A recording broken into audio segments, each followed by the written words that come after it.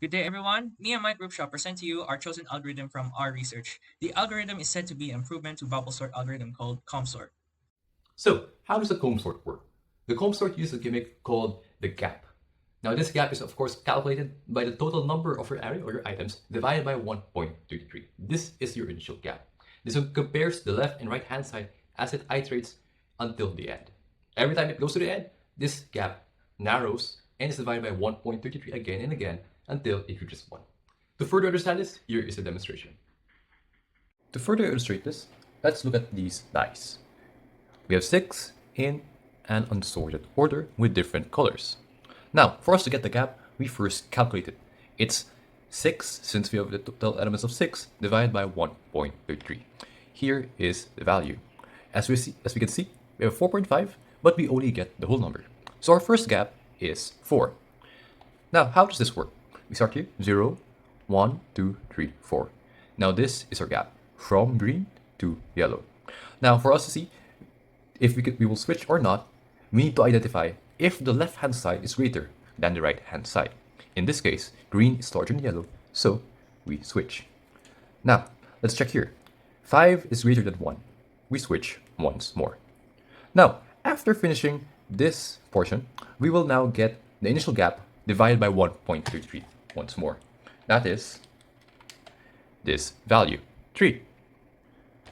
Now, we start here, 0, 1, 2, 3. Is 6 greater than 2? So no change remains. 4 is greater than 1. No change remains. 5 is greater than 3. No change remains. Once again, 3 divided by 1.33. This is our value, 2. And it says here, 0, 1, 2. Is 3 greater than 2? Remain. 6 is greater than 1? Remain. 4 greater than 3? Remain. 5, is 5 greater than 6? No. Therefore, we will switch it. And finally, 2 divided by 1.33. We get 1. That is our final. So 0, 1. Is 1 greater than 2? No. Therefore, we switch. Is 3 greater than 2?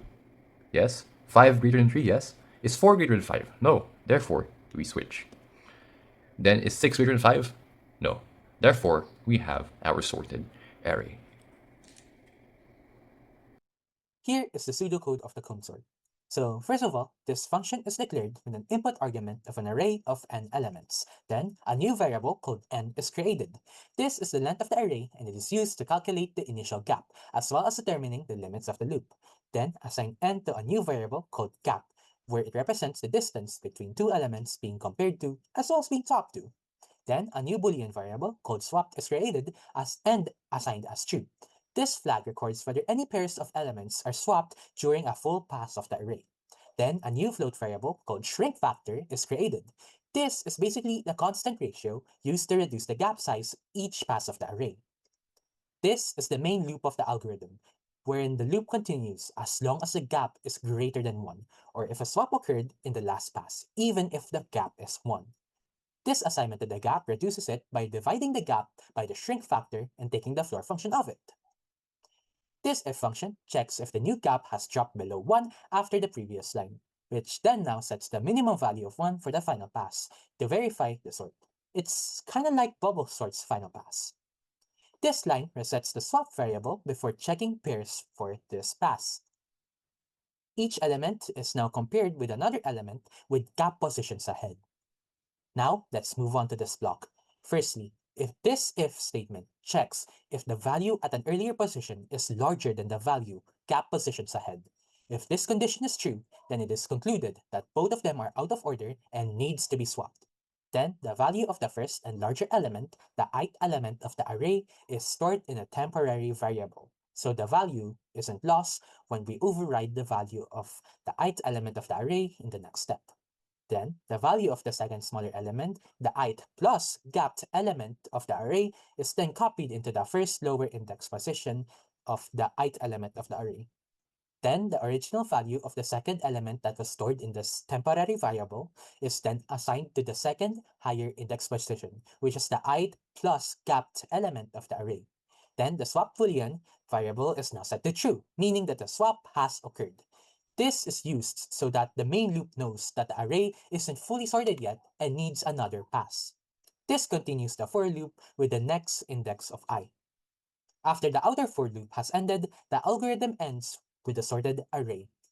After understanding how ComSort works, we can begin to analyze the algorithm. A key concept to take note of is turtle, where the smallest value of the algorithm is located near the end of the list. An example would be integer array of 5, 4, 3, 2, 1. Bubble sorts can only move one position per pass, which takes way longer to sort. ComSort, on the other hand, takes advantage of the wide gaps to solve the problem, allowing the one at the end of the list to be compared with the other end and swap for it being the opposite to each other, making it faster than bubble sort. To further understand how this algorithm reached these values, we must initialize our constant value of n for array length, gap equals the array length, and shrink factor of 1.3. This can be considered as 4 times a constant operation that will not have a major impact on the computation. So here are the pseudocodes that follows this initialization. Next, for the updating gap values, it performs a basic arithmetic operations of diving the gap with the shrink factor to get our values, leaving another constant, so that's not very important. And lastly, the final loop, which is the main algorithm itself, shall be represented as n minus gap. This gives us the formula of Tn approximately equal to n minus gap times p times C1 plus C2 times S. C1 being the cost of one comparison, C2 cost of one swap, and the probability S being the likelihood of how it will get swapped. So we can simplify this into the form of Tn approximately equal to n times p times C, C being the constant. So, going through the base case scenario of the array being nearly sorted, we can take our p-value of log base 1.3n and apply it to our simplified form of the equation. Since c, as mentioned, is a constant, it can be removed, and we will get the time complexity of n log n, which is the best case scenario of the ComSort.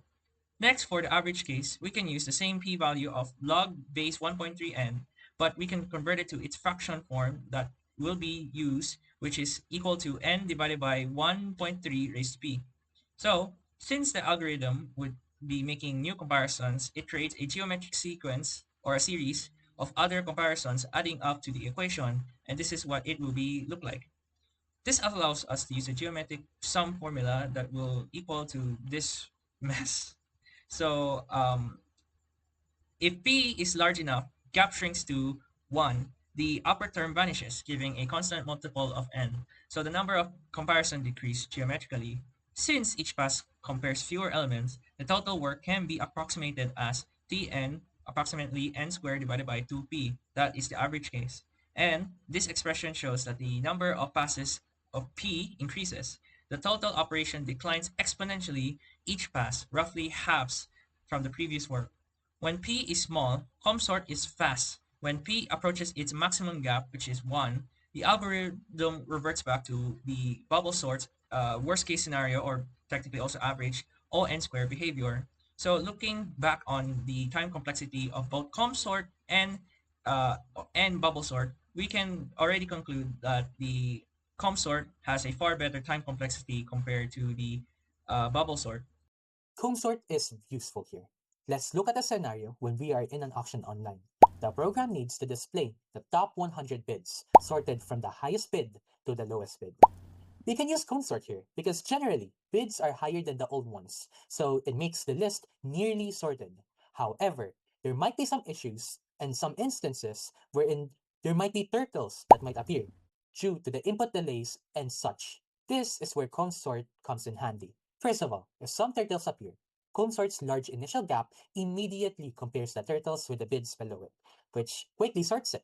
Then, if the size of the list, aka an array size greater than 100, other methods like quicksort might be more efficient for only a negligible time advantage, wherein a ComSort in this instance is both simple enough and efficient relative to the size of the data.